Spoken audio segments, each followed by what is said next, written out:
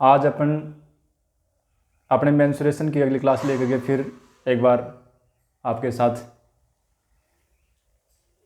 देखिए, हमने मेंसुरेशन शुरू कर दी थी और उसमें 2D जब जो आकृतियाँ थी उनके हमने परिमाप, क्षेत्रफल, उनसे संबंधित जानकारी ली थी और मोस्टली हमने चतुर्भुज पढ़ा था। यानी उसमें आपके आयत, वर्ग, समचतुर्भुज, समानांतर चतुर्भुज, समलंब चतुर्भुज, ये चीज़ें पढ़ी थी। ठीक है, और उसके सारे जो फैक्ट थे वो अपने जान लिए थे। और आज जो है वो हम इन पर आधारित कुछ क्वेश्चन करते हैं। हालांकि क्वेश्चन, क्योंकि इनके क्वेश्चन सिंपल बनते हैं, कुछ क्वेश्चन बनते हैं, अच्छे अच्छे पर्सन भी आते हैं, ऐसे नहीं है, लेकिन कम देखने को मिलते हैं एग्जाम में। एग्जाम में क्वेश्चन जो हो 3D से ज़्यादा मिलते हैं, लेकिन इनके पर्सन जो है वो वहाँ कई बार 3D के अंदर इस प्रकार का प्रश्न आता है कि इनकी जरूरत पड़ जाती है वहाँ पर, तो वहाँ पर अपने को सीखना जरूरी हो गया। तो देखो, अब हम करते हैं क्वेश्चन। कल मैंने सारी बातें इसमें करवा दी थी और एक बार अगर हम रिवीज करना चाहें तो कर सकते हैं कि हमने क्या क्या पढ़ा था। देखो, सबसे पहले हमने आयत पढ़ा था। ठीक है, आयत में हमने क्या पढ़ा था कि उसका परिमाप जो था, परिमाप, आयत का जो परिमाप था वो था 2 गुणा लंबाई प्लस चौड़ाई। ठीक है, और उसका क्षेत्रफल जो था वो था, क्षेत्रफल था उसका वो था लंबाई गुणा चौड़ाई। और इसमें विकिरण का क्षेत्र, विकिरण की लंबाई हमने निकाली थी, वो निकाली थी L² प्लस B² का वर्गमूल। ठीक है, फिर हमने देखा था कि इसके विकिरण जो एक दूसरे को संबंधी बाधित करते हैं, ये बात में हमने पढ़ी थी। फिर वर्ग में आ जाए तो वर्ग के अंदर हमने क्या देखा था कि परिमाप हमने देखा था इसका कि 4 गुणा भुजा यानी 4a। क्षेत्रफल इसका देखा था वो था A² यानी भुजा स्क्वायर, और विकिरण की जो लंबाई थी वो थी √2 इंटू a। ठीक है, फिर इसका क्षेत्रफल एक और भी देखा था, वो क्षेत्रफल मैंने बताया था कि वो ज़्यादा याद रखना है, यानी ये ज़्यादा याद रखना है क्योंकि कई बार शॉर्ट में क्वेश्चन जो है वो इससे निकलेगा। जैसे अपने को देगा कि विकिरण की अगर लंबाई दे रखी है तो उस समय इसका क्षेत्रफल क्या हुआ, तो 1/2 विकिरणों का स्क्वायर यानी D²। डी विकिरण को हम D से लिखते हैं डायगोनल। ठीक है, फिर हमने देखा था समानांतर चतुर्भुज। समानांतर चतुर्भुज, और समानांतर चतुर्भुज में हमने देखा था कि परिमाप तो वही चारों भुजाओं का योग होगा। ठीक है, और क्षेत्रफल के लिए हमने देखा था कि इसका जो क्षेत्रफल होता है, क्षेत्रफल है वो था आधार गुणा ऊंचाई यानी बेस इंटू हाइट, ये हमने देखा था। अब इसमें एक और फॉर्मूला याद रखना अपने को, यानी जब आपको क्या दे रखा हो कि कोई 2 आसन भुजा, 2 आसन भुजा और एक विकिरण, कोई भी विकिरण दिया हो, तो उस समय इसका जो क्षेत्रफल है ना वो कैसे निकलेगा। देखो, उस समय इसका क्षेत्रफल जो है वो आएगा हीरे के सूत्र की तरह ही आएगा, S into S minus A, S minus B और S माइनस D, जहाँ A B तो होंगी जो 2 आसन भुजा वो, और D होगा उसका एक विकिरण। ठीक है, कोई भी एक विकिरण दिया मिलेगा। ठीक है, और जहाँ S जो होगा ना वो होगा A plus B plus D/2। ये फॉर्मूला अपने को एक्स्ट्रा याद रखना है। ठीक है, ये सूत्र अपने को अलग से याद रखना है। ठीक है, एक फॉर्मूला और है, इसके भी क्वेश्चन पूछे गए हैं, खूब क्वेश्चन पूछे गए हैं कि अगर इसमें एक आपका फैक्ट है, तथ्य वो याद रखना है कि इसके जो विकिरणों के वर्गों का जो योग होता है ना, D1² प्लस D2² बराबर होता है 2 गुणा A² प्लस B²। मतलब ये हुआ कि इसके विकिरणों के वर्गों का जो योग है ना वो उसकी भुजाओं के वर्गों की योग के बराबर होगा। ठीक है, तो एक फैक्ट अपने को ये याद रखना है। ठीक है, और यही चीज़ समचतुर्भुज के लिए अगर बात करें तो समचतुर्भुज जो है ना वो क्या होगा। देखो, समचतुर्भुज में परिमाप तो वही 4 गुणा भुजा। ठीक है, यानी चारों भुजा बराबर होती है, इसलिए 4a बराबर हो जाएगा। और इसका क्षेत्रफल देखें तो क्षेत्रफल क्या था, क्षेत्रफल था इसका 1/2 D1 इंटू D2, यानी विकिरणों का जो योग है ना उसका आधा, 1/2 गुणा विकिरणों का गुणनफल। विकिरण D1 और D2 दोनों क्या है, इसके विकिरण है, ठीक है। और फिर इसमें इसके लिए भी देखो, अगर आपको इस विकिरणों में और इसकी भुजाओं में संबंध देखें तो इसके लिए जो होगा ना वो होगा कि विकिरणों के वर्गों का जो योग है D1 square plus D2 square बराबर होगा 4A स्क्वायर, क्योंकि इसकी तो भुजा चारों बराबर होती हैं, ठीक है। इसलिए यहाँ पर अगर A और B बराबर कर दें तो विकिरणों के वर्गों का जो योग है वो 4A स्क्वायर के बराबर बन जाएगा। ये आजकल एक्स्ट्रा प्रश्न पूछने लग गए हैं, तो इसलिए इन फॉर्मूलों को अपने एक्स्ट्रा याद रखेंगे, ठीक है। फिर इसका क्षेत्रफल हो गया, परिमाप निकल जाएगा, भुजाओं के वर्गों का योग, ठीक है। बाकी इसकी ज्योमेट्रिकल बातें मैंने बताई थी कि विकिरण जो है एक दूसरे को लंब संबंधी विभाजित करते हैं, ये बात भी अपने को याद रखनी है। और फिर आता अपना वर्ग हो गया, फिर आता समलंब चतुर्भुज। समलंब चतुर्भुज, समलंब चतुर्भुज में क्या होगा, ट्रेपीजियम। इसमें क्या होता है, देखो इसका परिमाप तो वही चारों भुजाओं का योग होगा, क्षेत्रफल जो होता है ना इसका, वो क्षेत्रफल है इसका 1/2 गुणा समानांतर भुजाओं का योग, ठीक है। समानांतर भुजाओं को मैं लिख देता हूँ A और B से लिख देता हूँ, ठीक है, और गुणा इनके बीच की दूरी जिसको अपन S से लिख देते हैं, ठीक है ना। तो 1/2 गुणा समानांतर भुजाओं का योग गुणा ऊंचाई। देखो मैं बना रहा हूँ समानांतर चतुर्भुज, ये मैंने एक समानांतर चतुर्भुज समलंब चतुर्भुज की बात कर रहे हैं, A B C और D, ठीक है। ये इसके चारों शीर्ष हो गए। समानांतर भुजा जो है ना, इसको एक को तो मैंने A से लिख दिया, इसको लिख दिया मैंने B से, ठीक है। और इनके जो बीच की दूरी है ना उसको मैंने लिख दिया H से, ठीक है। और इसके जो विकिरण होते हैं वो एक दूसरे को काटते हैं बिंदु O पर। तो एक संबंध हमने ये भी देखा था कि भाई OA बटे OC बराबर OB बटे OD, ये भी हमने देखा था, ठीक है। और एक और भी होता है इसका, वो ये है कि इनके क्षेत्रफलों का जो, जैसे मान लो कि देखो एक त्रिभुज ये बना और एक त्रिभुज ये बना, ठीक है। तो अगर ये कहे कि एरिया ऑफ AOB बटे एरिया ऑफ COD, अगर इनके क्षेत्रफलों का अनुपात पूछे तो वो आ जाएगा AB बटे CD का स्क्वायर कर दो, चाहे OA बटे OB का स्क्वायर कर दो, और चाहे OC बटे OD का स्क्वायर कर दूँ। ये बातें अपनी सिमिलरिटी की है कि दो त्रिभुज अगर समरूप होते हैं तो उनकी क्षेत्रफलों का अनुपात है वो संगत भुजाओं के वर्गों के अनुपात के बराबर होता है, तो वहाँ से मैंने लिखी है, ठीक है। कई बार क्वेश्चन आया हुआ है इसके ऊपर, तो वो भी अपन देखेंगे। फिर देखो एक जैसे विकिरणों में और भुजाओं में यहाँ संबंध देखा है, इसी प्रकार से इसमें भी एक संबंध होता है। और वो संबंध क्या अपना देखो, वो संबंध ये है,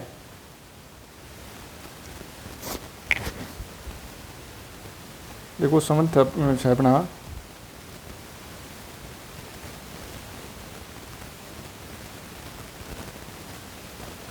जैसे मैं इस भुजा को लिख देता हूँ L1 से और इसको लिख देता हूँ L2 से, ठीक है ना, L1 और L2, ठीक है।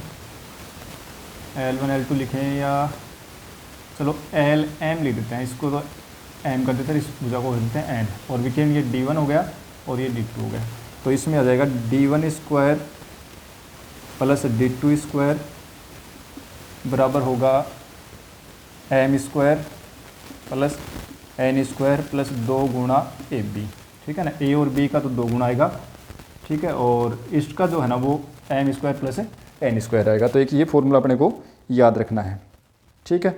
तो ये चीज़ें थोड़ी सी मैंने एक्स्ट्रा बता दी हैं जो अपने को याद रखनी है। अब देखो अपन करते हैं क्वेश्चन, ठीक है। क्वेश्चन करते हैं अपन, और पहला क्वेश्चन हम शुरू करते हैं। ये सारे जो अभी तक जो पढ़े हमने वो यही चीज़ें हमने देखी थी, इसमें कुछ एक्स्ट्रा मैंने बताई हैं। एक तो ये जब आसन भुजा और एक विकिरण दिया हो तो ये फॉर्मूला काम में लेना है। एक इसके विकिरणों के वर्गों का योग जो भुजाओं के वर्गों के योग के बराबर होता है, ठीक है, ये हो गया। और इसमें जो समलंब चतुर्भुज है इसमें थोड़ा सा अलग है बस, ठीक है। दो भुजाओं के वर्गों का योग और प्लस 2 गुणा दोनों भुजाओं का गुणनफल, ठीक है। ये फॉर्मूले अपने को याद रखने हैं। ये सारी चीज़ें अगर याद हैं तो सारे पर्सन जो है वो बड़े आसानी से हो जाएंगे। अब देखो मैं पर्सन भी जो है वो अब ये नहीं करवाऊंगा कि भाई एक आयत की लंबाई 20 सेंटीमीटर, चौड़ाई 10 सेंटीमीटर, उसका क्षेत्रफल परिमाप ज्ञात करो, ऐसा नहीं करवाऊंगा। मैं क्वेश्चन वो करवाऊंगा जो एग्जाम में आए हुए हैं और जो कि बढ़िया क्वेश्चन बनते हैं एग्जाम में। देखो क्वेश्चन नंबर 1 देखते हैं अपन, और क्वेश्चन नंबर 1 क्या है, ये कह रहा है कि एक आयताकार मेज है, ठीक है ना, पर्सन में लिख रहा हूँ, आयताकार मेज की ऊपरी सतह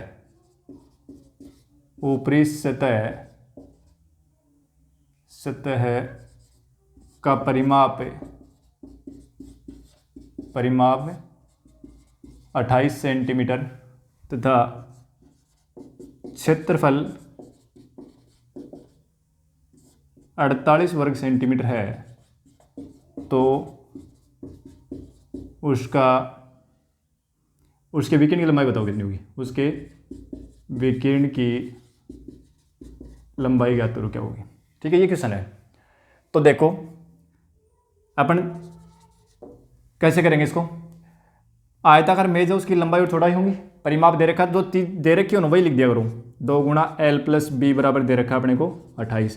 भाई परिमाप जो अब 28 दे रखा है, तो परिमाप को अपने 2 गुणा L प्लस बी तो लिखते हैं। तो यहाँ से L प्लस बी की वैल्यू कितनी आ गई, 14 आ गई, क्योंकि दोनों तरफ 2 का भाग दे दिया। ठीक है, और क्षेत्रफल दे रखा है, यानी ए बी बराबर दे रखा है 48, क्योंकि लंबाई गुणा चौड़ाई ही होता है। अब अपने को पूछा क्या है, विकिरण की लंबाई पूछी है। विकिरण की लंबाई का सूत्र क्या होता है, ए स्क्वायर प्लस बी स्क्वायर होता है। ये अपने को पूछा है, प्रश्न में ये पूछा है। ठीक है, तो देखो कैसे आएगा ये। अब या तो इन दोनों समीकरणों को हल करो, एक तो ये हो गया समीकरण और एक ये हो गया, इनको दोनों को हल करो और फिर ए और बी के मान इसमें रखो, आपको विकिरण मिलेगा। ठीक है, या फिर देखो अब यहाँ पर अपन काम में लेते हैं अपनी अलजेब्रा। क्या देखो, एल प्लस दोनों तरफ मैं इसका स्क्वायर कर दूँ, एल प्लस बी का स्क्वायर बराबर 14 का स्क्वायर कर सकते हैं। एल का स्क्वायर क्या हो जाएगा, L square plus B square plus 2ab, यानी एल बी बराबर 196। ठीक है, सॉरी एल और बी लिख देंगे, ये एल बी कर लो चलो। ठीक है, लंबाई गुणा चौड़ाई, तो एल बी कर लेते हैं। ठीक है, और इसका जो एल स्क्वायर और बी स्क्वायर, ठीक है, लंबाई का स्क्वायर प्लस चौड़ाई का स्क्वायर, वही विकिरण की लंबाई होती है, यानी उसके रूट निकालते हैं वही विकिरण की लंबाई आती है। ठीक है, तो देखो क्या आएगा, विकिरण की लंबाई होती है अपनी root of L square plus B square. ठीक है, तो ये अपने को क्या चाहिए, L square plus B square चाहिए, पहले वो निकाल लेते हैं। ठीक है ना, फिर कर लेंगे इसका वर्गमूल। तो L square plus B square कैसे निकालेंगे,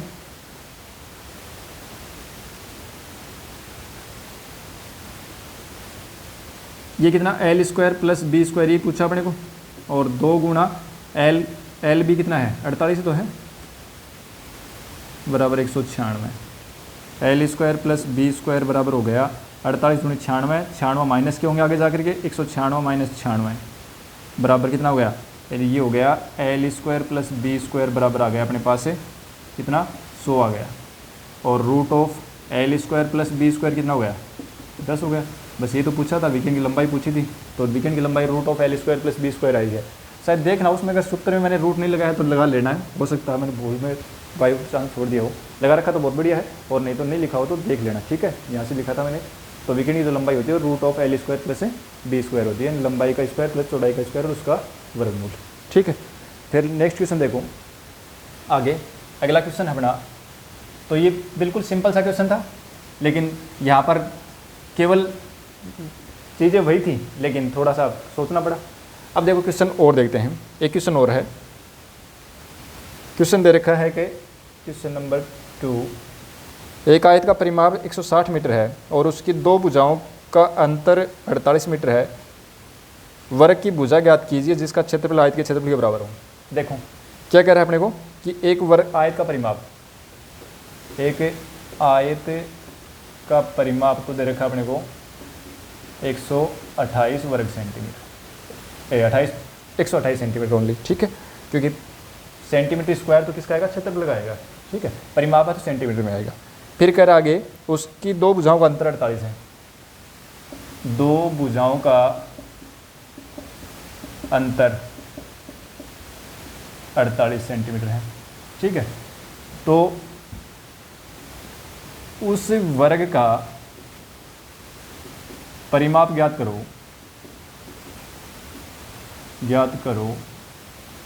परिमाप ज्ञात करो जिसकी भुजा जिस उस वर्ग का परिमाप ज्ञात करो जिसका क्षेत्रफल दिए गए आयत के क्षेत्रफल के बराबर है। ये कह रहा है प्रश्न में। ठीक है, तो देखो आयत भी और वर्ग दोनों दे दिए। आयत का दे रखा है, परिमाप भुजाओं का अंतर दे रखा है, पूछ रहा क्या, और उसका वर्ग का परिमाप पूछ रहा है। ठीक है, तो वर्ग की भुजा भी ज्ञात नहीं है। ठीक है, तो देखो जो चीज़ दे रखी है वहाँ से शुरू करो, फिर अपने आप निकलती आएगी। हालांकि ये क्वेश्चन जो है वो केवल और केवल 30 सेकंड का है, लेकिन अब मैं इसको समझा रहा हूँ, समझाऊंगा तो उसमें थोड़ा सा टाइम लगेगा। देखो क्या है, परिमाप 2 गुणा एल प्लस बी, आयत का परिमाप भी तो होता है। यहाँ से एल प्लस बी बराबर कितना हो गया 64। एक इक्वेशन तो ये बन गई है। ठीक है, दूसरा भुजाओं का अंतर मतलब एल माइनस बी, लंबाई और चौड़ाई का अंतर कितना दे रखा है 48। ठीक है, ये इक्वेशन फर्स्ट बन गई, ये इक्वेशन सेकंड बन गई। ठीक है ना, इसके चलो इसके नीचे लिख देते हैं इसको भी, एल माइनस बी बराबर 48। ये तो दो चर वाले समीकरण बन गई। ठीक है, सोल्व करना जानते हैं इसको। एक बार 2 को जोड़ेंगे तो बी से बी कैंसिल, और 2l बराबर कितना हो जाएगा 112। यहाँ l का मान कितना आ गया 56। l का मान 56 आ गया, तो b का मान कितना आएगा, रखो b का मान इसमें, तो b का मान इसमें रखोगे कितना आ जाएगा 56, और माइनस करोगे तो ये आ जाएगा b का मान 8 आ गया। ठीक है, तो b का मान आ गया 8, l का मान 56 आ गया। अब क्या कह रहा है अपने को कि कंडीशन दे रखी है कि क्षेत्रफल जो है ना वो वर्ग का क्षेत्रफल जो वो आयत के क्षेत्रफल के बराबर है। तो वर्ग का, पहले आयत का क्षेत्रफल देखो, या यूँ कह दो कि वर्ग का क्षेत्रफल बराबर आयत का क्षेत्रफल। प्रश्न में कह रहा है आयत का क्षेत्रफल, वर्ग का क्षेत्रफल क्या होता है भुजा स्क्वायर, और ये क्या होता है एल बी। एल कितना है 56 और बी कितना है आपका 8। ए स्क्वायर बराबर कितना हो गया, यानी इसको मैं लिख सकता हूँ, देखो 8 गुणा 7 ये लिख सकता हूँ मैं इसको। ठीक है ना, 8 और 8 तो 56। ठीक है, हमें ए निकालना है तो 8 गुणा 7, क्योंकि वर्गमूल निकालना है तो फिर इस तरीके से देखा करो ताकि जोड़े बन जाए। ठीक है, और ये चीज़ें जब आएंगी जब हम प्रैक्टिस करेंगे। ठीक है, तो 8√7 ये आ गया ए का मान, ए का मान आ गया 8√7। भुजा आ गई, लेकिन भुजा नहीं पूछी, अपने को क्या पूछा था परिमाप पूछा है, तो वर्ग का परिमाप कितना हो जाएगा। इसलिए वर्ग का जो परिमाप है, वर्ग का परिमाप वो कितना हो गया 4 गुणा भुजा यानी 4a, और 4 गुणा 8√7, तो 8 चौक 32√7 सेंटीमीटर। ठीक है, अब देखो दिया आयत का परिमाप था, भुजा को अंतर दे रखा, क्षेत्रफल पूछ रहा किसका, मतलब वर्ग परिमाप पूछ रहा वर्ग का, लेकिन कंडीशन दे दी कि इनका क्षेत्रफल जो है वो आयत और वर्ग का क्षेत्रफल बराबर है। ठीक है, तो पर्सन चीज़ वही है, लेकिन थोड़े से पर्सन पूछेगा तो जो तरीका वो चेंज है। और देखो आगे चलते हैं, देखो हाँ नेक्स्ट क्वेश्चन देखो क्या है।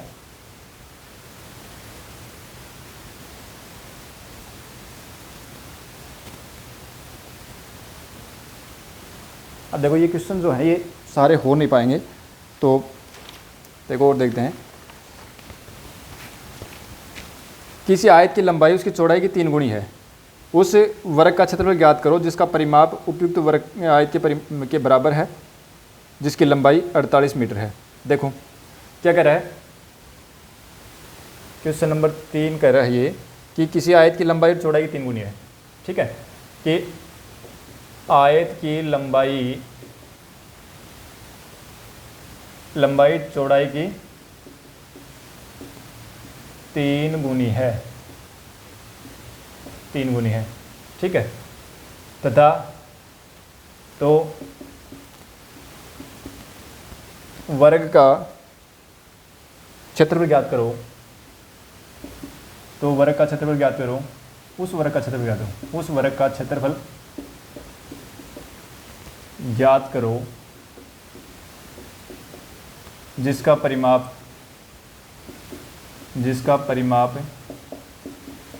दिए गए आयत के परिमाप के समान है तथा आयत की लंबाई दे रखी है अपने को, आयत की लंबाई दे रखी है 48 मीटर, 48 मीटर है।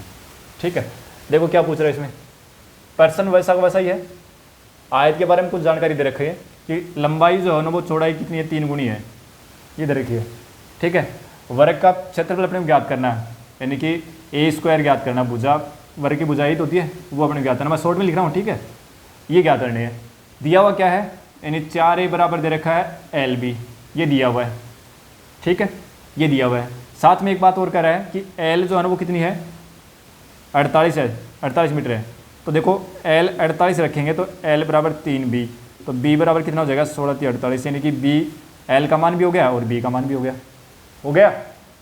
तो रख दो फिर, देरी किस चीज़ की है, आयत का परिमाप और वर्ग का परिमाप बराबर है, तो आयत अरे गलत लिख दिया मैंने, ये गलत लिख दिया कि आयत वर्ग का परिमाप 4 ही होता है और आयत का परिमाप होता है 2 × L + B, ये तो होता है।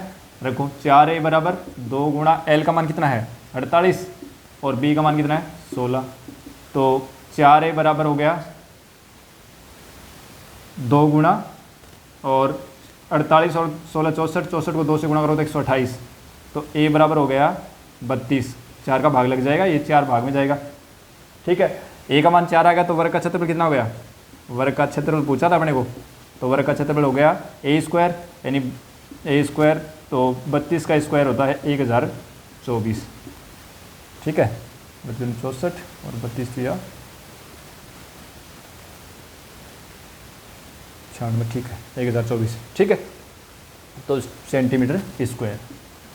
तो ये हो गया अपना आयत का वर्ग का क्षेत्रफल पूछा था। तो कुछ नहीं है, बिल्कुल जो चीज़ दे रखी है ना पहले वो लिख लो, अपने आप ही रास्ता बन जाएगा। ठीक है, थोड़ा सा दिमाग पर जोर देना, ये चीज़ें सारी याद होंगी, सब तो निकल के आ जाएगा। ठीक है, 1-2 बार थोड़ा सा टाइम लगेगा पर्सन में, फिर बिल्कुल टाइम नहीं लगेगा। ये पर्सन जो दिखने में काफ़ी बड़ा दिख रहा है, काफ़ी कई चीज़ें हमने निकाली हैं, लेकिन ये जब ये यहाँ चौड़ाई और लंबाई की बात कर रहा है, 3 गुनी की बात कर रहा है, फिर आगे लंबाई दे दी, इसका मतलब चौड़ाई वो इसकी 1/3 होगी। 16 सीधा दिमाग में काम करता और सीधा का सीधा जो है ना वो अपने को पेन कलम चलाने की जरूरत नहीं, सीधा आंसर आ जाता है इसका। ठीक है, लेकिन ये समझाने के लिए मैंने ये सारी चीज़ें करी हैं। अब देखो आगे और देखते हैं।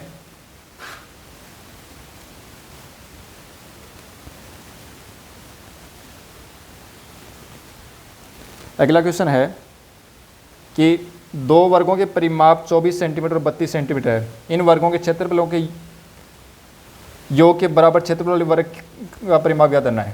देखो 2 वर्ग हैं, क्वेश्चन दे रखा है कि क्वेश्चन नंबर 4 हो गए, 2 वर्गों के परिमाप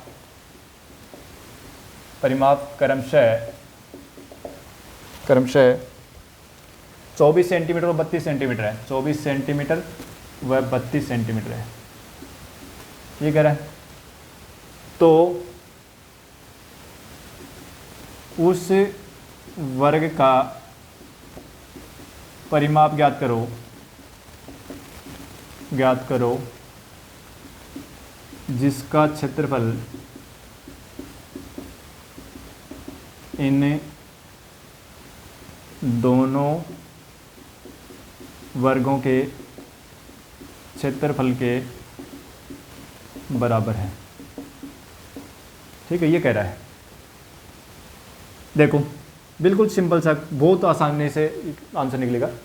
क्या दे रखा है, 2 वर्गों के परिमाप दे रखे हैं 24 सेंटीमीटर और 32 सेंटीमीटर। ठीक है, तीसरा वर्ग जो अब ऐसा है उसका परिमाप हमें ज्ञात करना है जो इन दोनों वर्गों के क्षेत्रफल के बराबर तीसरे वर्ग का क्षेत्रफल है। ठीक है, तो देखो क्या दे रखा है, 2 वर्ग हैं तो 4a1 यानी पहला वर्ग था, उसका परिमाप दे रखा है 24, तो पहले वर्ग की भुजा मिल गई अपने को 6। ठीक है, दूसरे वर्ग का परिमाप 4a2, भाई वर्ग का परिमाप 4 गुना भुजाएं होता है और a1 और a2 मैंने भुजा ले ली, तो मैं सीधा बात वो लिख रहा हूँ कि भाई 4 वर्ग का परिमाप 4 गुना भुजा, ऐसा नहीं लिख रहा हूँ मैं, सीधा उसका फॉर्मूला जो वही काम में ले रहा हूँ कि वर्ग का परिमाप होता है वो 4 गुना भुजा होता है, यानी पहले वर्ग का परिमाप 4 a1 ले लिया क्योंकि a1 पहले वर्ग की भुजा होगी, a2 दूसरे वर्ग की भुजा होगी, तो पहले वर्ग का परिमाप ये हो गया। दूसरे वर्ग का परिमाप दे रखा अपने को कितना 32, तो दूसरे वर्ग की भुजा कितनी आ गई? 8 आ गई। अब प्रश्न में क्या कह रहा है कि तीसरा जो वर्ग है ना उसका परिमाप हमें ज्ञात करना है। तीसरा वर्ग जो है ना उसकी भुजा मान लेते हैं अपने कि 4a मान लेते हैं, 4a3 मान लो, कोई दिक्कत नहीं है। आपका तीसरा जो वर्ग है ना उसकी भुजा आप a3 मान लो, चाहे a कह दो, मैं a कह देता हूँ, ठीक है। तो तीसरे वर्ग का परिमाप अपने को पूछा है, ये अपने पूछा है। अब कंडीशन क्या दे रखी है कि पहले दो वर्गों का जो योग है ना वो तीसरे वर्ग के पहले दो वर्गों के क्षेत्रफलों का जो योग है वो तीसरे वर्ग के क्षेत्रफल के बराबर है। तो पहले वर्ग का क्षेत्रफल a1 स्क्वायर, दूसरे वर्ग का क्षेत्रफल a2 स्क्वायर, और ये किसके बराबर है? तीसरे वर्ग जो है उसके क्षेत्रफल के बराबर है। तीसरा वर्ग आपका तीसरे वर्ग की भुजा हमने a ली है तो उसका क्षेत्रफल होगा a स्क्वायर। अब देखो a1 का मान कितना है? 6, तो 6 का स्क्वायर 36, a2 का मान कितना? 8, 8 का स्क्वायर 64 बराबर a स्क्वायर, और ये कितना हुआ? 100 का क्या? 100 बराबर a स्क्वायर। और यहाँ से a की भुजा कितनी, a का मान कितना आ गया भाई? दोनों तरफ वर्गमूल लेंगे, a स्क्वायर बराबर है अपने पास 100, और हम ये कहते हैं कि दोनों साइड वर्गमूल ले लो, तो 100 का वर्गमूल होता है 10, तो a का मान कितना आ गया? 10 आ गया, ठीक है। परिमाप पूछा है तो परिमाप कितना है? 4 गुना भुजाई तो है, तो 4 परिमाप हो गया अपना परिमाप। ये पूछा तो 4 गुना भुजा, यानी 4 गुना 10 बराबर 40, बस हो गया आंसर, ठीक है। अब देखो ये क्वेश्चन जो है ना ये वर्ग में भी हो गया, ये आगे चल के गोला बेलन शंकु उनमें भी आएगा। ये कहेगा कि दो गोलों का आयतन क्षेत्रफल इस प्रकार से है और उस गोले का आयतन ज्ञात करो जो इन दोनों गोलों के क्षेत्रफलों के योग के बराबर उसका क्षेत्रफल है। तो इस प्रकार के प्रश्न अपने को और भी मिलेंगे, ठीक है। तो मैंने पहले वर्ग से शुरू किया है, छोटा सा प्रश्न, बहुत करेंगे ऐसे प्रश्न और भी, ठीक है, और एग्जाम में आते भी ऐसे प्रश्न। अब देखो नेक्स्ट क्वेश्चन करते हैं। अभी जो बता रहा हूँ इनमें शायद में ज़्यादा किसी प्रकार की कोई दिक्कत नहीं होगी, आराम से समझ में आ जाएंगे। अच्छा ये चीज़ें जो है वो मैं लिख रहा हूँ कि परिमाप को मैं सीधा 4 ही लिख रहा हूँ, ठीक है। क्षेत्रफल को मैं सीधा जैसे वर्ग का क्षेत्रफल है तो उसको a स्क्वायर लिख रहा हूँ। तो यही चीज़ें अपने को आदत डालनी है, ठीक है, ताकि अपना क्वेश्चन जो वो फटाफट हो जाए। हाँ देखो आगे क्वेश्चन क्या है, किसी आयत की लंबाई तथा चौड़ाई का अनुपात 3:4 है, तो परिमाप 24 सेंटीमीटर है, तो आयत का क्षेत्रफल ज्ञात करो। देखो क्या दे रखा है, क्वेश्चन नंबर 5 दे रखा है कि आयत की लंबाई व चौड़ाई का अनुपात, लंबाई व चौड़ाई का अनुपात दे रखा है 3:2, ठीक है। ये तो कह रहा है कि आयत की लंबाई और चौड़ाई का अनुपात 3:2 है। साथ में इसका परिमाप जो है ना, परिमाप दे रखा है अपने को 20 सेंटीमीटर, ठीक है। इसी आयत का परिमाप दे रखा है 20 सेंटीमीटर। तो कह रहा है कि इसका क्षेत्रफल बताओ कितना होगा, क्षेत्रफल पूछा है क्या होगा, ठीक है ना। ये 2 गुणा ए बी दे रखा है और केवल ए बी पूछा है, ठीक है ना। ए बी क्षेत्रफल, भैया आयत का क्षेत्रफल ए बी या एल बी होगा, लंबाई गुणा चौड़ाई, ठीक है। तो आयत की लंबाई और चौड़ाई का अनुपात मतलब एल अनुपात बी दे रखा अपने को 3:2। अब देखो जब लंबाई और चौड़ाई का अनुपात दे रखा हो ना तो सीधी एल और सीधी बी लिखा करूँ, ठीक है। तो क्या लिखोगे कि किसी भी संख्या से गुणा करके लिख दो इसको, जैसे 3x से गुणा करके लिख दिया, क्योंकि अनुपात में जो है वो जैसे मैं इसको 2x लिख दूँ, इसको 3x लिख दूँ, क्योंकि अनुपात निकालेंगे तो x कट जाएगा, कॉमन संख्या वो तो कटी जाएगी। तो कॉमन संख्या से मैंने किसी भी संख्या से गुणा कर दिया, वैसे मैंने x से गुणा कर दिया, तो l है वो 3x हो गई, b है वो 2x हो गई, ठीक है। अब देखो आगे परिमाप कितना है, 20 दे रखा ना, तो परिमाप क्या होता है 2 गुणा एल प्लस बी, ये तो होता है परिमाप। ये दे रखा 20 और 2 का भाग दे देंगे साइड, तो एल प्लस बी बराबर कितना आ गया, 10 ही तो आ गया भाई, 2 गुणा में था, आगे जाएगा तो भाग में जाएगा। अब l का मान कितना है 3x और b का मान कितना है 2x बराबर 10, यहाँ से 5x बराबर कितना हो गया 10, और x का मान कितना आ गया 2 आ गया, तो x का मान आ गया 2, ठीक है। अब x का मान 2 x का मान नहीं पूछा अपने को, क्षेत्रफल पूछ रहा है, इसका मतलब l और b चाहिए अपने को।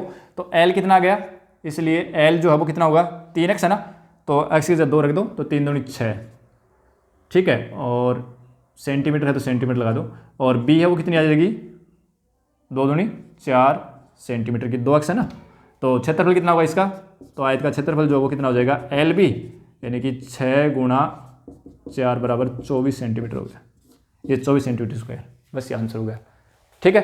तो एक ये क्वेश्चन था, छोटा सा क्वेश्चन था। और देखो एक क्वेश्चन और करवा देता हूँ, ये करवा देता हूँ, चलो मिटा देता हूँ इसको, फिर करते हैं आगे।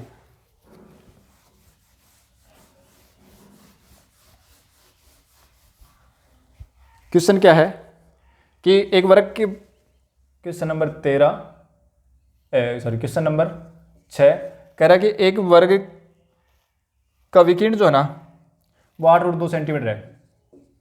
वर्ग का विकिरण, या यूं कह दो उस वर्ग का क्षेत्रफल ज्ञात करो जिसका विकिरण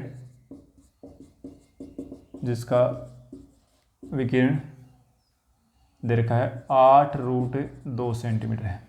ठीक है, कि एक वर्ग है, उस वर्ग का क्षेत्रफल ज्ञात करना, खाली विकिरण दे रखा है अपने को, भुजा नहीं दे रखी। क्षेत्रफल के लिए हम सूत्र जानते हैं कि भी भुजा स्क्वायर होता है, ठीक है ना। लेकिन मैंने साथ में एक और भी लिखवाया था कि वर्ग का क्षेत्रफल अगर विकिरण दे रखा हो तो उस समय विकिरणों के वर्गों का योग का विकिरण के वर्गों का आधा कर देंगे, ठीक है, विकिरण के वर्ग का आधा कर देंगे तो वो उसका क्षेत्रफल आ जाएगा।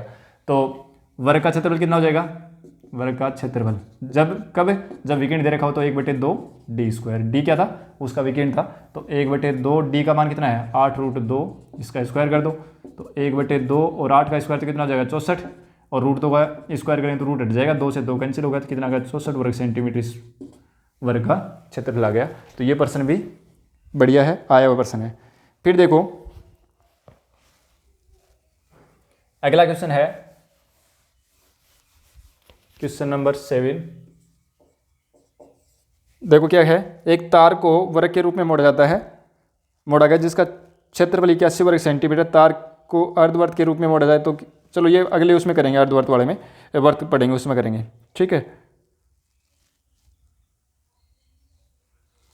अब देखो आगे क्वेश्चन है कि किसी वर्ग की भुजा को 2 गुना कर दिया जाए तो क्षेत्रफल में कितने प्रतिशत परिवर्तन होगा। देखो क्वेश्चन दे रखा है अगला कि किसी वर्ग की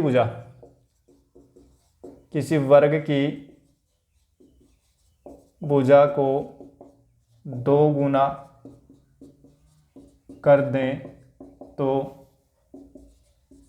क्षेत्रफल में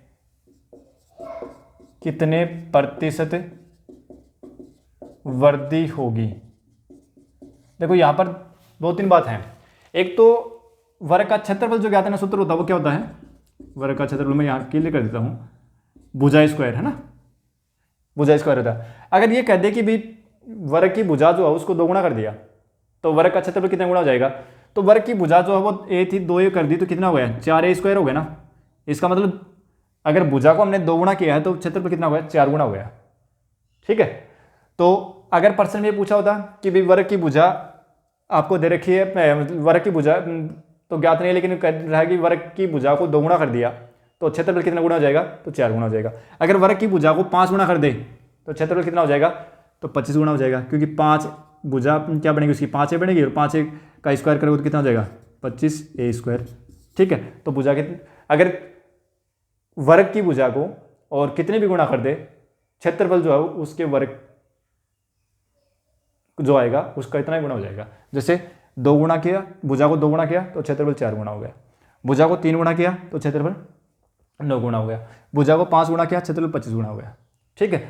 तो देखो यहाँ पर प्रश्न में ये नहीं पूछा कि कितने गुना हुआ, प्रश्न में पूछा कि प्रतिशत वृद्धि बताओ कितनी है, ठीक है। तो देखो पहले तो वर्ग का क्षेत्रफल कितना था, मैं इसको पूर्ण सॉल्यूशन बताता हूँ इसका, ठीक है ना। कि वर्ग की भुजा मान लेते हैं अपन a है तो वर्ग का क्षेत्रफल कितना हुआ, वर्ग का क्षेत्रफल हो गया अपने पास से a² है ना। अब कह रहा है कि भुजा को क्या कर दिया, क्योंकि a बराबर कर दिया अपने पास 2a, ठीक है ना। वर्ग की जो भुजा है ना उसको 2 गुना कर दिया तो नया क्षेत्रफल कितना हो जाएगा, तो नया जो क्षेत्रफल है ना वर्ग का वो कितना हो जाएगा, भुजा स्क्वायर ही होता है तो 2a का स्क्वायर यानी 4a²। पहले ये था अब ये हो गया तो वृद्धि कितनी हुई 4a² में से और a² घटा दो, नए वाले में से पहले वाला घटा दो वही तो वृद्धि आएगी, तो 3a² आ गई। अब प्रतिशत पूछा है तो प्रतिशत वृद्धि कितनी होगी, तो पहले तो ऊपर तो लिखो प्रतिशत वृद्धि क्या होगी, मतलब ऊपर तो जितनी वृद्धि हो वो लिख दो, नीचे किस पर हुई है यानी प्रारंभ में कितना था a²। वृद्धि हमेशा प्रारंभ पर होती है, ठीक है ना, ठीक है ना। वृद्धि या कमी जो होती है वो शुरू में जो दे रखा है उस पर होती है, प्रारंभ में जो भी राशि प्रारंभ में होती है ये अपन पढ़ेंगे जब प्रतिशत पढ़ेंगे तो वहाँ पढ़े भी है, ठीक है। a² और गुणा में 100, a² से a² कैंसिल तो ये कितना हो गया, यानी क्षेत्रफल जो वो कितना गुना कितने प्रतिशत वृद्धि होगी 300% की वृद्धि होगी क्षेत्रफल में, ठीक है। अब देखो आगे क्वेश्चन और करते हैं। हर तरह के प्रश्न मैंने करवाने की कोशिश करी है इसमें, और वैसे प्रश्नों का कोई ओड नहीं है, कोई भी एक बुक लें, साय बुक अपने उठाए, कोई भी उठा लो, ठीक है, और उसमें से आप क्वेश्चन करें, ज़्यादा ज़्यादा प्रैक्टिस करें, अपने आप ये चीज़ें क्लियर हो जाएंगी। सिंपल है, सारे सूत्र जो हैं वो तभी याद होंगे जब उनको हम काम में लेंगे। अब देखो एक क्वेश्चन दे रखा है कि यदि एक वक्र की भुजा, यदि वक्र की भुजा दे रखी है अपने को 1/2 x - 1 इकाई है, वक्र की भुजा 1/2 x - 1 इकाई है, और उसका विकिरण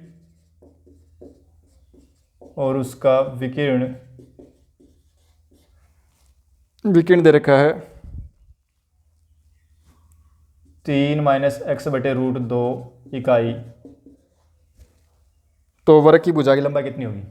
तो वक्र की भुजा की लंबाई कितनी होगी? ठीक है, अब देखो यहाँ वैसे तो वक्र की भुजा की लंबाई तो दे रखी, लेकिन इसमें एक x जो है ना ये अननोन है, जब तक x का मान नहीं पता होगा तब तक हम भुजा क्या बताएंगे, ठीक है। और यहाँ विकिरण में है, इसमें भी x अननोन है। तो देखो एक बात हमने पढ़ी है पीछे कि वक्र का जो विकिरण होता ना, विकिरण और भुजा में एक संबंध था कि वक्र का विकिरण होता है वो कहता है √2 गुणा भुजा होता है। ये हम पढ़ के आए हैं, पीछे सूत्र लिखा है हमने कि विकिरण, वक्र का जो विकिरण होता है वो क्या होता है, विकिरण बराबर √2 गुणा भुजा, ये पढ़ के आए हैं। अब रख दो विकिरण कितना है वो रखो, तो 3 - x/√2 बराबर √2 गुणा भुजा कितनी है 1/2 और x - 1, ठीक है। अब देखो 3 - x और बटे में √2, चलो यूँ कर लेते हैं कि ये √2 है ना, ये नीचे है भाग में है तो आगे जाएगा तो गुणा में जाएगा, यानी बराबर से आगे जो भी संख्या जाती है प्लस में वो माइनस में होगी, माइनस में है वो प्लस में होगी, गुणा में वो भाग में जाएगी, भाग में वो गुणा में जाएगी। चीज़ दिमाग में बिठाई लो, तो ये भाग में है आगे जाएगी तो गुणा में जाएगी, तो √2 से गुणा करेंगे तो 2 बन जाएगा ही, तो 3 - x बराबर कितना हुआ है 2, और बटे में 2 है ही, और x - 1, ये 2 से 2 कैंसिल हो गया, ठीक है। तो 3 - x बराबर, कभी ये मत कर देना कि 2 से 2 कट गया 0 हो गया, नहीं, 2 से 2 का भाग, 2 में 2 का भाग दिया तो एक बार जाएगा, तो यहाँ 1 है, और 1 को इससे गुणा करो तो कितना जाएगा x - 1 होगा, ठीक है ना। तो कितना होगा ये, x को इस साइड कर लो तो x माइनस का है, ये इस साइड आएगा तो माइनस के 2x बनेंगे, ये माइनस का 1 है, और ये आगे जाएगा तो माइनस का 3 बनेगा, तो -2x बराबर -4, और x बराबर कितना होगा -4/-2, यानी कि 2 आ गए। x का मान आया 2, तो पूछा क्या है, वक्र की भुजा पूछिए ना, वक्र की भुजा, तो भुजा कितनी हो जाएगी, यानी वक्र की जो भुजा वो हो जाएगी 1/2, और x का मान कितना है 2 ही तो है, तो 2 - 1, तो 2 में से घटाओ तो 1 आएगी, तो 1/2, तो वक्र की जो भुजा कितनी आ गई 1/2 आ गई, ठीक है। विकिरण बराबर √2 गुणा भुजा, और एक बार चेक कर लेते हैं इसको, ठीक है। तो ये अपना आंसर हो गया।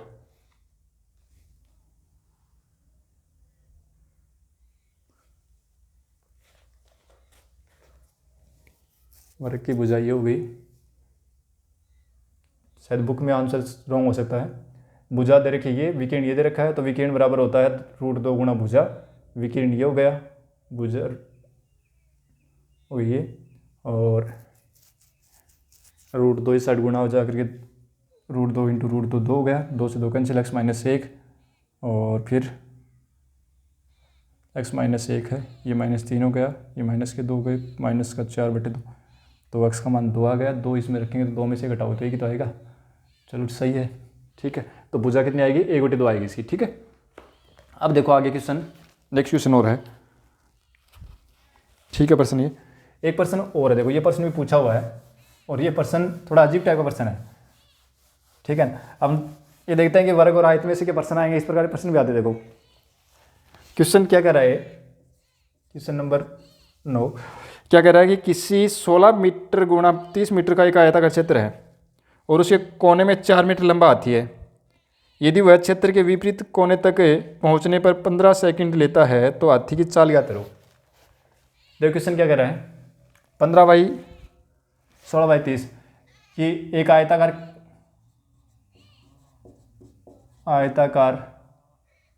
चलो लिखते, क्वेश्चन क्या दे रखा वही लिख देता हूँ। किसी 16 मीटर गुणा 30 मीटर माप का कोई क्या है, एक आयताकार क्षेत्र है, आयताकार क्षेत्र के कोने में एक 4 मीटर लंबा हाथी है, वह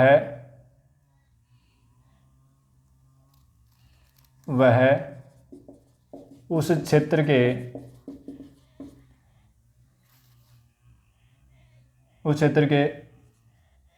विपरीत कोने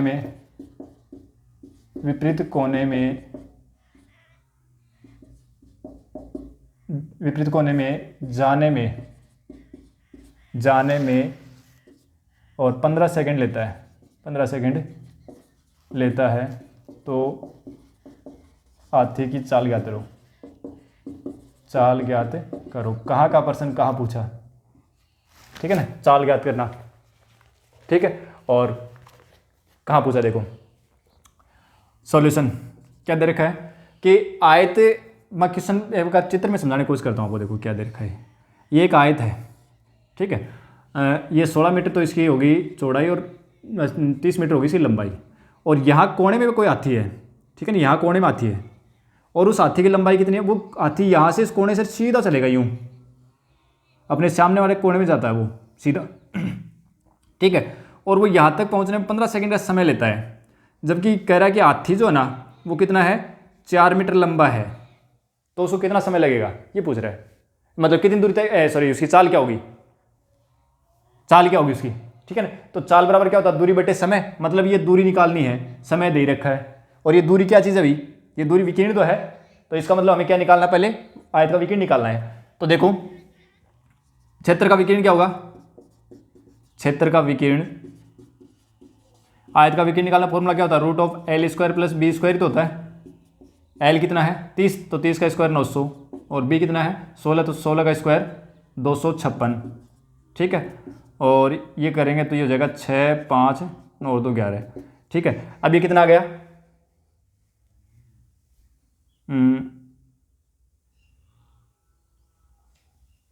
निकालो इसका वर्गमूल कितना आएगा, 34 आएगा शायद इसका, ठीक है। 34, 4 चौक 16 और 3 3 9, ठीक है, 34 आएगा, निकाल के देख लेना इसको, ठीक है। 34 आएगा, क्योंकि 35 का होता है 25 और 1225 होता है, तो 35 आएगा इसका, ठीक है, 34 आएगा।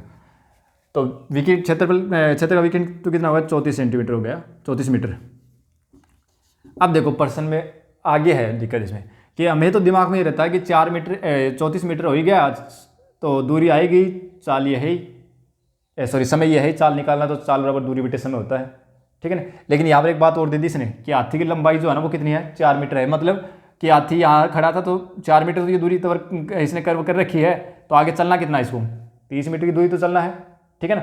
तो हाथी द्वारा तय दूरी कितनी होगी, हाथी द्वारा तय दूरी, क्योंकि हाथी को दूरी कितनी तय करनी पड़ेगी, 4 मीटर का तो खुद लंबा है ही, तो 34 मीटर तो सारी चलना उसको, तो 4 मीटर तो वो खड़ा ही है, 4 मीटर को कवर किए हुए, भाई दूरी तो 34 है सारी, उसको 4 तो उसने पहले से कवर कर रखा है, चलना कितना है, 30 तो चलना है, तो 34 में से 4 घटा दो, मतलब 30 मीटर हो गया, ठीक है। चाल और समय दे ही रखा है अपने को, तो चाल क्या हो जाएगी, हाथी की चाल कितनी हो जाएगी, चाल बराबर दूरी बटे समय, और दूरी कितनी है अभी, ये तो हुई 30 मीटर, और समय कितना है 15 सेकंड, तो ये आ गया 15 दूनी 30 यानी 2 मीटर प्रति सेकंड, ये इसकी चाल हो गई, ठीक है। तो देखो कहाँ का प्रश्न कहाँ पूछा है, तो चाल और समय चाल दूरी का सूत्र है, क्वेश्चन है, और इसमें भी आ गया अभी इसमें, ठीक है। तो इस प्रकार से क्वेश्चन अपने रिलेटेड होते हैं, और ये क्वेश्चन जब अगर हम सारी चीज़ें अगर अच्छे से जानते हैं तो ये क्वेश्चन कर पाते हैं, नहीं तो नहीं हो ही नहीं पाते, ठीक है। अब ये क्वेश्चन अगर आ गया, हमने मेंसुरेशन अच्छे से पढ़ी है, लेकिन अगर ये चीज़ ध्यान नहीं होती है, रह गया, ठीक है। तो देखो अगर हमने ये चीज़ें पढ़ रखी हैं, यानी हमने अंकगणित पढ़ रखी है, ठीक है, लेकिन हमने ये मेंसुरेशन नहीं पढ़ी, तो रह गया, क्योंकि ये विकीर्ण की लंबाई कैसे निकलेगी, ठीक है। तो अब चलते हैं आगे, एक क्वेश्चन और देखो, पीछे क्वेश्चन देखो एक और है, अभी 1-2 प्रश्न और कर लेते हैं, फिर उसके बाद में अपनी जो क्लास वो लंबी बनेगी ज़रूर, लेकिन क्वेश्चन मैं सारे अच्छे से क्वेश्चन करवा रहा हूँ इसमें। एक क्वेश्चन अपना कितना 10 हो गया वो शायद, ठीक है। एक समानांतर चतुर्भुज की भुजाएं, आसन भुजाएं, समानांतर चतुर्भुज की आसन भुजाएं अपने को दे रखी हैं। आसन भुजाएं, आसन भुजाएं दे रखी है कितनी कितनी, 12 सेंटीमीटर और 9 सेंटीमीटर, 12 सेंटीमीटर व 9 सेंटीमीटर। और इसकी विकिरण की लंबाई, यानी विकिरण दे रखा अपने को 15 सेंटीमीटर, ठीक है। तो कह रहा है कि समानांतर चतुर्भुज का क्षेत्रफल बताओ कितना होगा। तो समानांतर चतुर्भुज का क्षेत्रफल पूछा भाई, इसका क्षेत्रफल पूछा कितना होगा कि एक समानांतर चतुर्भुज की आसन भुजाएं 12 सेंटीमीटर और 9 सेंटीमीटर है, यानी कि उसका ये कह दो कि भी जो दो आमने सामने भुजा समान होती हैं, तो ये तो जैसे मान लो कि उसकी लंबाई की बड़ी वाली भुजा तो 12 सेंटीमीटर, छोटी वाली भुजा वो 9 सेंटीमीटर होगी, विकिरण है वो 15 सेंटीमीटर दे रखा है। तो कह रहा है इसका क्षेत्र बताओ कितना होगा। अब ऐसा क्वेश्चन तो हमने नहीं पढ़ा।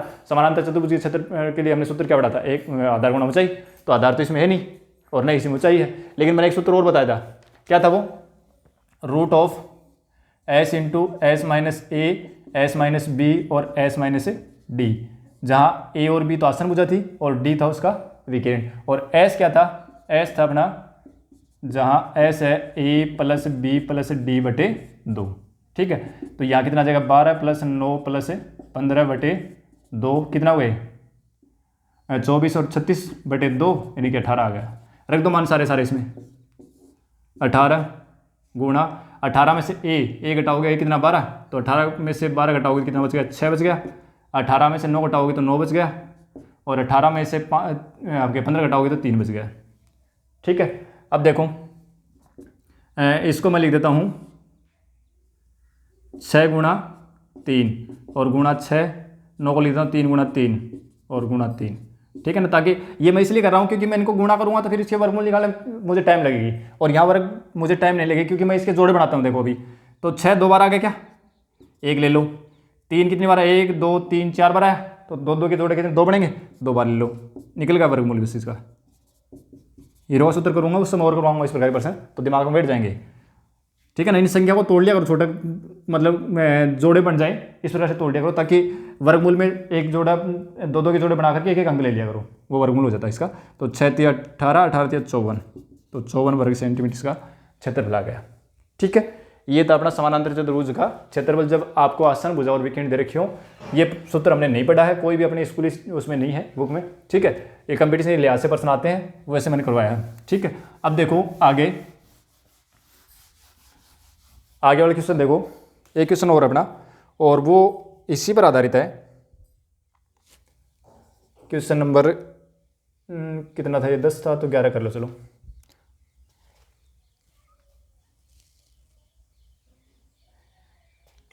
समानांतर चतुर्भुज की संलग्न भुजाएं, मतलब वही दे रखे समानांतर चतुर्भुज की आसन भुजाएं, आसन भुजाएं दे रखे कितनी, 11 सेंटीमीटर और 13 सेंटीमीटर, 11 सेंटीमीटर व 13 सेंटीमीटर है, 13 सेंटीमीटर, 11 सेंटीमीटर और 13 सेंटीमीटर है। यदि एक विकिरण, और इसका जो विकिरण दे रखा है वो कितना दे रखा है, वो दे रखा है, विकिरण दे रखा है अपने को, एक विकिरण की लंबाई दे रखी है वो दे रखी है 16 सेंटीमीटर। तो दूसरा विकिरण ज्ञात करो, दूसरा विकिरण ज्ञात करो। अब यहाँ पर अगर प्रश्न में ये पूछता है कि इसका क्षेत्रफल ज्ञात करो तब तो बात समझ में आती। अब ये क्या कर रहा है, दूसरा विकिरण ज्ञात करो, ठीक है ना। अब कैसे निकलेगा, तो देखो यहाँ पर मैंने फॉर्मूला बताया था कि इसके जो विकिरणों का वर्गों का जो योग होता है ना, d1 d2 स्क्वायर, विकिरणों के वर्गों का जो योग होता है वो होता है 2 गुणा आसन भुजाओं के वर्गों का योग।